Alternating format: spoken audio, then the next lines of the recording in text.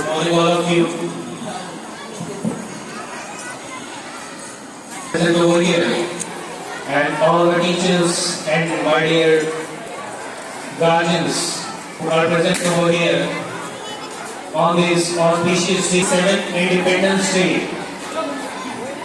So, on this auspicious day, I wish you all a very happy Independence Day.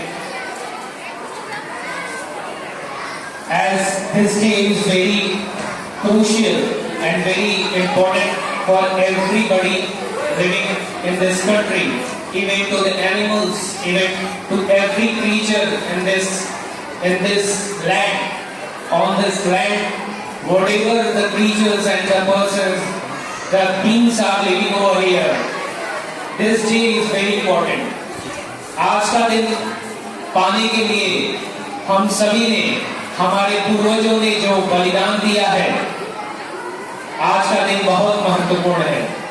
आज के दिन पाने के लिए जो शहादत हमारे पूर्वजों ने दिया है, हमारे स्वतंत्रता सेनानियों ने दिया है, उसी को याद करने के लिए, उसी को नमन करने के लिए, उसी को फिर से एक बार स्मृति में लाने के लिए हम आज का दिन मनाते हैं। आज का दिन मनाने के पीछे कारण केवल उल्लास और हर्ष को प्रदर्शित करना नहीं है, बल्कि हमारे स्वतंत्रता सेनानी, हमारे देश के वीर सपूत जवान और जिन्होंने अपने जीवन को बलिदान कर दिया, इस दिन को देखने के लिए, उनको नमन करने के लिए है, उनकी शहादत, उनके बलिदान को नमन करने के लिए है, उसके प्रति श्रद्धा व्यक्त करने के लिए है। आज का दिन प्राप्त करने के लिए जो मेहनत, जो बलिदान उन लोगों ने दिया है, वो कोई मामूली बलिदान नहीं रहा है। अनेकों लोगों ने, जवानों ने, हमारे स्वतंत्रता सेनानियों ने, हमारे नेताओं ने जो बलिदान दिया है, एक एक के पूरे जीवन का बलिदान दे दिया, अपने पूरे परिवार का बलिदान दे दिया। सभी ने हर चीज को ताक पे लगा के इस दिन को पाने का प्रयास किया है। इसलिए ये दिन बहुत महत्वपूर्ण हो जाता है हम सभी के लिए। इस दिन को केवल एक दिन मान के और केवल हंसी में इसे गंवाना नहीं चाहिए। इस दिन को महसूस करने का एक कारण है इसके पीछे। इसे महसूस करने का एक हमें जरिया बनाना चाहिए। केवल एक दिन मना के इसे त्याग नहीं देना चाहिए और विस्मृत नहीं कर देना चाहिए। आज का दिन पाने के लिए जो शहादत हमारे नेताओं ने, हमारे स्वतंत्रता सेनानियों ने जो दिया है, वो अगर आपको कुछ नामों से गिनाया जाए तो शायद आपको समझ में आएगा। ये आज का दिन जो हम मनाते हैं, ये हमारे बच्चों के लिए है, भावी हमारे आज के भविष्य जो आगे आने वाले हैं उनके लिए है, क्योंकि इन्होंने इस दिन को अपनी आंखों से नहीं देखा है। हमें से सभी ने, लगभग जितने लोग यहाँ हैं, ज्यादातर लोगों ने उन दिनों को नहीं देखा है। अगर हम अपने दादा परदादा अगर ऐसे लोगों को देखें तो शायद वो, अगर वो हो यहाँ, तो हमें बता सकते हैं उस समय की पीड़ा को, कि कैसा महसूस होता था उस समय जब आजादी नहीं हुआ करती थी, कैसा लगता था उस समय जब आजादी हमारी नहीं हुआ करती थी। ये आपका माइक है, मेरा माइक होते हुए भी हमें जो अधिकार होना चाहिए था इस मिट्टी के प्रति, इस देश की हर एक वो चीज के प्रति, वो नहीं हुआ करता था। तो कैसा लगता होगा जब हम कुछ भी करने का प्रयास करते होंगे, तो कैसा लगता होगा हम जब प्रयास करते होंगे अपने चीजों को करने के लिए, किसी चीज को मनाने के लिए, अपने त्योहारों को मनाने के लिए प्रयास जो हम करते होंगे, उसमें जब बाधाएं आती होंगी तो कैसा प्रतीत होता होगा। तो ऐसा ही था उस समय का दर्द। आजादी कोई एक शब्द नहीं है, आजादी एक जरूरत है। आजादी के बिना हम किसी चीज की परिकल्पना नहीं कर सकते हैं। आजादी केवल मनुष्य को नहीं, जानवरों को भी, पशु पक्षियों को भी जरूरत होती है। अगर किसी पक्षी को कैद कर लिया जाता है तो उसे भले ही सोने की पिंजरे में क्यों न कैद कर लिया गया हो,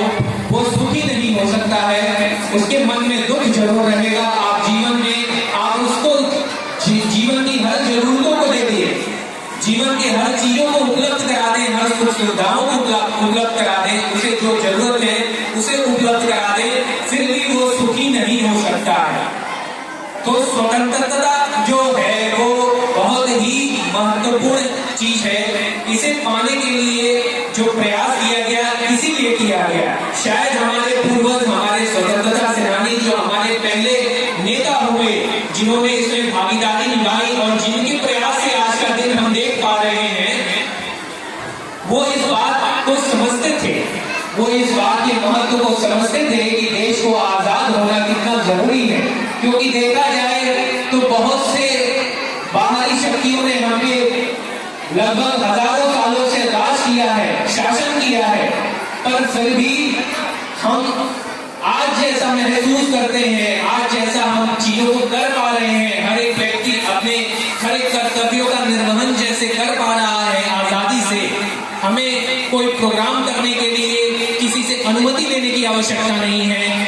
हमें अपने घर की चीजों को, त्योहार को, शादियों को, कुछ भी मनाने के लिए हमें किसी की आदेश की आवश्यकता नहीं है, अनुमति की आवश्यकता नहीं है। ये केवल इसीलिए हो पाया है क्योंकि आज हम आजाद हैं। आज आप यहाँ सामने बैठे हुए हैं, इतने ध्यान से चीजों को देख रहे हैं, सुन रहे हैं, हर्ष के साथ चीजों को मना रहे हैं। केवल इसका कारण यही है कि आज आप आजाद हैं, ये देश आजाद है। करने के लिए जलियांवाला बाग में जब 1919 में लोग एकत्रित होते हैं कुछ चीजों पे विरोध करने के लिए और इस देश के प्रति आगे की रणनीतियों को साधने के लिए, जब वहां पे एकत्रित होते हैं तो हजारों की संख्या में वहां पे गोलियां बरसाई जाती हैं और हजारों की संख्या में लोग मारे जाते हैं। ये कारण क्यों हुआ? ये इसके पीछे का कारण यही था कि हमें आजादी नहीं थी। इस वजह से निर्दोष लोगों की हत्या हुई और बेकारण ही उन्हें मौत के घाट उतार दिया गया। आज तक की सबसे निर्मम हत्या में उसे माना जाता है। तो आजादी की जो परिकल्पना है वो हमारे जो स्वतंत्रता सेनानी रहे हैं और हमारे पूर्वज रहे हैं, इस बात को जानते थे।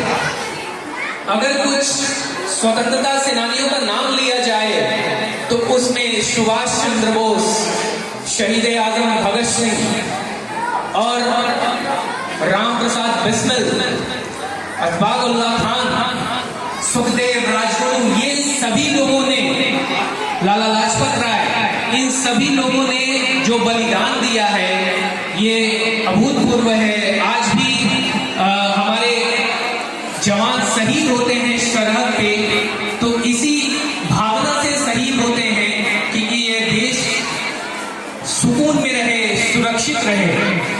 उन्हें केवल एकमात्र किसी नौकरी या वेतन की आवश्यकता के तहत वो काम नहीं करना होता है। अपना जीवन बलिदान करने के लिए बहुत ही शक्ति की आवश्यकता होती है। इसके लिए बहुत दम चाहिए। ये छोटी चीज नहीं है कि अपने एकमात्र कुछ पैसों के लिए अपने जीवन को कुर्बान कर दिया जाए। इसके लिए माओ की भी जो अंतरात्मा है बहुत ही मजबूत होती है, जो अपने एकमात्र बच्चे को भी सरहद पे भेज देती है शहीद होने के लिए, इस देश की सुरक्षा करने के लिए। करोड़ों अरबों की संख्या है यहाँ पे, पर उसमें से कुछ बच्चे ही जा पाते हैं जो हमारे सरहद की सुरक्षा करते हैं, इस देश की सुरक्षा करते हैं। ये क्यों हो पाता है? क्योंकि देशभक्ति की भावना, वो जो सीने की आग है जिसकी बात भगत सिंह करते हैं, वो जो सीने की आग है वो सब में नहीं होती है।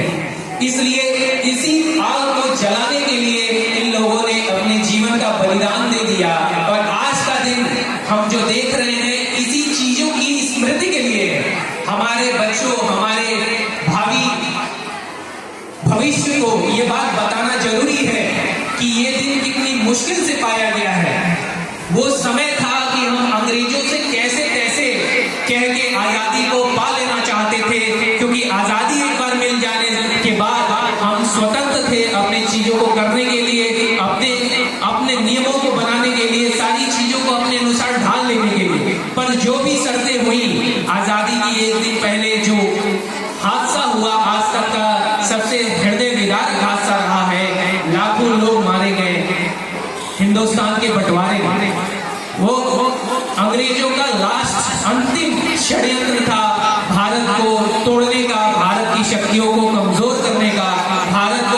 से कमजोर कर देने का। और उसमें वो सफल भी रहे, फिर भी हमने जो खोया उसके बावजूद भी आज हम बहुत मजबूती से खड़े हैं। और इसके पीछे केवल और केवल हमारे देशभक्तों का हाथ है, हमारे आज भी प्रयासरत नेताओं, आज भी प्रयासरत वो जवानों, और आज भी प्रयासरत वो हमारे कर्मचारी, हमारे जो साइंटिस्ट हैं, जो हमारे नेता हैं, हमारे ऑफिसर्स हैं, आज भी जो वो प्रयास कर रहे हैं इस देश को आगे ले जाने के लिए, वो ही कारण है जो हमारे देश को एक ऊंचाई तक पहुंचाया है। आज भारत अगर देखा जाए तो हर एक क्षेत्र में आगे बढ़ रहा है। यहाँ आज भारत विश्व की 5वीं सबसे बड़ी अर्थव्यवस्था है। और सबसे बात मजे की ये है, अलग बात सबसे इसमें ये है कि हम जिसके गुलाम रहे हैं 200 सालों तक, उसको पछाड़ने के बाद से हम 5वें स्थान पे आए हैं। और बहुत जल्दी हम दूसरी या तीसरे स्थान पे भी रहेंगे, और समय आने पे शायद पहले स्थान पे भी पहुंच जाए। ये हमारे मेहनत का देन है, हमारे जो युवा वर्ग है जो प्रयास कर रही है उनका देन है, हमारे नेताओं का देन है जो इस लय में है कि देश को आगे बढ़ाया जाए, हमारा देश एक दिन सबसे ऊपर हो। जो भारत की एक परिकल्पना है कि विश्व गुरु है भारत, उसको हम पा पाए फिर से। और सोने की चिड़िया की जो परिकल्पना है वो आज भी हम है, केवल बात यह है कि चीजों को हम प्रदर्शित नहीं कर पा रहे हैं। आज भी हम अंदर से वही हैं, और समय आने पे वो सारी चीज फिर से सामने आएगी। देश में जो चीजें हो रही हैं वो बिल्कुल काबिले तारीफ है, और आने वाले समय में जो प्रगति दिख रही है हम सबसे ऊपर होंगे। तो आज का दिन जो हम मनाते हैं वो हमारे भावी भविष्य के लिए मनाते हैं। ये जो प्यारे बच्चे हैं जो आपके सामने इतने अच्छे प्रोग्राम्स को कर रहे हैं, ये प्रोग्राम्स के पीछे का कारण यही है कि आज का दिन कितना महत्वपूर्ण है। ये इन प्रोग्राम्स के द्वारा, इन कार्यक्रमों के द्वारा यही प्रदर्शित करना चाहते हैं कि आज का दिन कितना महत्वपूर्ण है। आज आजादी का मतलब, आजादी का महत्व वही समझ सकता है जिसने कभी गुलामी को झेला हो। पैसे की कीमत को वही समझ सकता है जिसने कभी गरीबी को झेला हो, और रोटी की कीमत वही समझ सकता है जिसने कभी भूख को झेला हो। तो ये सभी बातें हमें तभी समझ में आ पाएंगी जब हम इन बातों को समझना चाहेंगे और इस देश के प्रति कृतज्ञ होंगे। इस देश में हम पैदा हुए हैं, ये देश कोई मामूली देश नहीं है, ये धरती वीर सपूतों की है। यहाँ अनायास ही वीर पैदा होते हैं, यहाँ किसी तरह की ट्रेनिंग नहीं दी जाती है वीर होने के लिए, देशभक्त होने के लिए। अगर ट्रेनिंग दी जाती तो शायद भगत सिंह कभी देशभक्त नहीं हो पाते।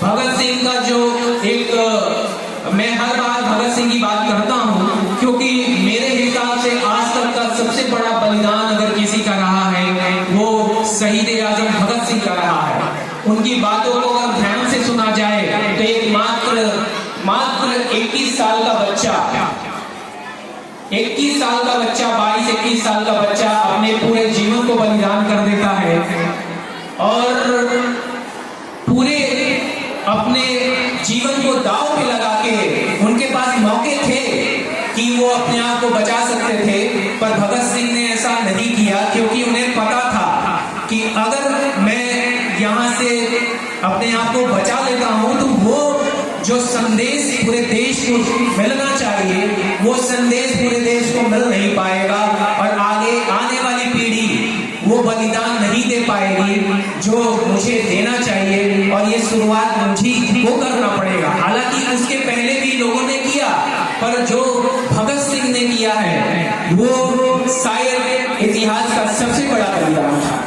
वो सेंट्रल असेंबली में जब बम फेंकते हैं उस समय भी वो चाहते तो भाग सकते थे, पर उनकी यही धारणा थी कि हम सबको ये दिखलाएंगे शहीद होके कि शहीद क्यों होना है, और ये शहीद ये स्वतंत्रता लाने के लिए है, और ये स्वतंत्रता क्यों जरूरी है, इसी की परिकल्पना कराने के लिए उन्होंने अपने पूरे जीवन को बलिदान कर दिया।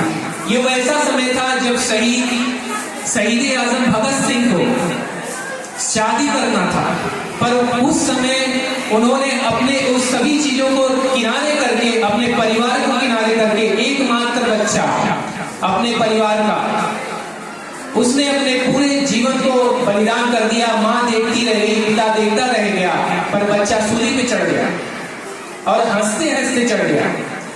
भगत सिंह का जो बलिदान है वो इसलिए है क्योंकि ये दिन कितना महत्वपूर्ण है वो इस बात को जानते थे। आज की युवा पीढ़ी शायद इस बात को न समझ पाए, फिर भी हमें उनकी भावनाओं से, उनके बातों को सुनते हुए इस बात को समझना चाहिए कि उन्होंने कितना बड़ा बलिदान दिया है, और भी हमारे जो देशभक्त रहे हैं कितना बड़ा बलिदान दिया है।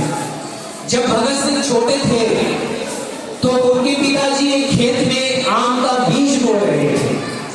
आम का बीज बो रहे थे तो भगत सिंह ने ये देखा कि, और अपने पिताजी से पूछा कि पिताजी आप क्या कर रहे हैं? तो उनके पिता ने कहा हम आम का बीज बो रहे हैं और आने वाले समय में ये पेड़ बनेगा और बहुत ढेर सारे फल, बहुत सारे फल इस पे लगेंगे। तो थोड़ी दूर पे जाके भगत सिंह की मिट्टी को निकालने लगते हैं और वहां पे बंदूक को बो देते हैं, और फिर उनके पिताजी कहते हैं बेटा ये क्या कर रहे हो? उन्होंने कहा कि मैं बंदूक को बो रहा हूँ और हमारे देश में इतने संसाधन नहीं है, और इसके बाद एक पेड़ उगेगा जिसपे हजारों बंदूकें होंगी और हम सब अंग्रेजों के खिलाफ जंग लड़ेंगे और इस देश को आजाद करेंगे। हालांकि भगत सिंह उस समय छोटे थे, वो ये शायद नहीं समझते थे कि लड़ाई के माध्यम से आजादी को केवल नहीं पाया जा सकता था। फिर भी एक छोटे से बच्चे को ये ट्रेनिंग नहीं दी गई थी कि स्वतंत्रता क्या है, आजादी कैसे मिलती है और उसकी जरूरत क्या है। वो आग जो भगत सिंह के अंदर थी वो जन्म से ही थी। इसीलिए मैं कह रहा हूँ कि ये देश मामूली देश नहीं है, ये देश वीरों की धरती है। यहाँ वीर अनायास ही पैदा होते हैं। यहाँ वीरों को पैदा करने के लिए तपस्या करने की आवश्यकता नहीं है, तपोभूमि स्वयं के लिए यहाँ वीर देवता बन के प्रकट होते हैं। स्वयं भगवान यहाँ पे वीरों के रूप में प्रकट होते हैं और ऐसे कार्य कर जाते हैं, ऐसी बलिदान दे जाते हैं कि उन कार्यों, उन बलिदान के बल पे ये देश आगे बढ़ता है। उनके कार्यों के बल पे ये देश को प्रेरणा मिलती है। भगत सिंह कहते हैं कि देशभक्तों को लोग पागल समझते हैं, देशभक्तों को लोग पागल समझते हैं, पर कह दो उनको कि ये जो सीने की आग है ये फूल के गुच्छे हैं, ये जो सीने पे जख्म है ये फूल के गुच्छे हैं, और हमें पागल ही रहने दो, हम पागल ही अच्छे हैं। हमें पागल ही रहने दो, हम पागल ही अच्छे हैं। और सही बात है, स्वतंत्रता लाने के लिए जो जुनून की आवश्यकता थी, जो पागलपन की आवश्यकता थी, वो भगत सिंह में थी, और भगत सिंह जैसे जितने भी स्वतंत्रता सेनानी थी उनमें थी, क्योंकि वो इस महत्व को समझते थे कि स्वतंत्रता कितनी जरूरी है। ये देश भेड़ियों में जकड़ा था। हम शादी, किसी तरह का अनुष्ठान, हम किसी तरह का प्रोग्राम, किसी तरह की क्रियाकलाप करने के लिए स्वतंत्र नहीं थे। यहाँ तक कि किसी को भी बिना ही आदेश के, बिना ही सरकारी आदेश के गिरफ्तार कर लिया जाता था, और आप स्वतंत्र नहीं थे अपने भावनाओं को व्यक्त करने के लिए। आज जैसे मैं यहाँ बोल पा रहा हूँ वैसे बोलने की आजादी नहीं थी। देश गुलामी की जंजीरों से जकड़ा हुआ था। लाखों स्वतंत्रता सेनानियों को मारा जाता था, हर घर, हर जगह, बच्चों को, बूढ़ों को, जवानों को मारा जाता था। कभी भी किसी को बेघर कर दिया जाता था और सारी सुख सुविधाओं को छीन लिया जाता था। आजादी के बाद भी ये चीजें हुई। जब भारत आजाद हुआ तो एक दिन पहले 14 अगस्त को पाकिस्तान का निर्माण हुआ। पाकिस्तान के निर्माण में भी एक बार फिर से वो हृदय विदारक चीजें कुछ दिनों के अंदर ही वो हमारे सामने परिलक्षित हुई और देश का सबसे बड़ा नरसंहार हमारे सामने आया। फिर भी उन सभी चीजों को पार करते हुए हम आज 2023 में 77वां स्वतंत्रता दिवस मना रहे हैं। ये हमारे लिए बड़ी बात है और देश के लिए गौरव का विषय है। ये हमारे लिए एक सबसे बड़ा पर्व है। ये हमें सबसे बड़ा दिन के रूप में मानना चाहिए और है भी।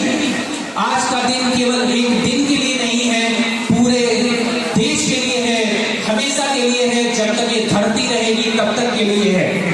तो प्यारे बच्चों और मेरे प्यारे अभिभावकगण, मैं आप सभी को पुनः स्वतंत्रता दिवस की हार्दिक शुभकामनाएं देता हूं। आप सभी यहाँ पधारे हैं और आज का दिन जितना महत्वपूर्ण है आप इस बात को समझते होंगे। और मैं चाहता हूं कि अपने बच्चों को, अपने घर परिवार में जो भी सदस्य हैं, उनको भी ये एहसास दिलाते रहें हमेशा कि ये दिन कितना मुश्किल से मिला है और कितने माँओं ने अपने बच्चों को खोया है, कितने औरतों ने अपने पतियों को खोया है, कितने सुहाग उजड़ गए, कितने घर बेघर हो गए, कितने बच्चे अनाथ हो गए। इन शहादतों को आपको नमन करना चाहिए, वंदन करना चाहिए और आज के दिन श्रद्धांजलि देना चाहिए। तो मैं पुनः उन वीर सपूतों को, देशवासियों को और आप सभी को पुनः स्वतंत्रता दिवस की हार्दिक शुभकामनाएं देता हूं और आज का दिन अमर रहे, हमारे वीर सपूत अमर रहे। जय हिंद, जय भारत।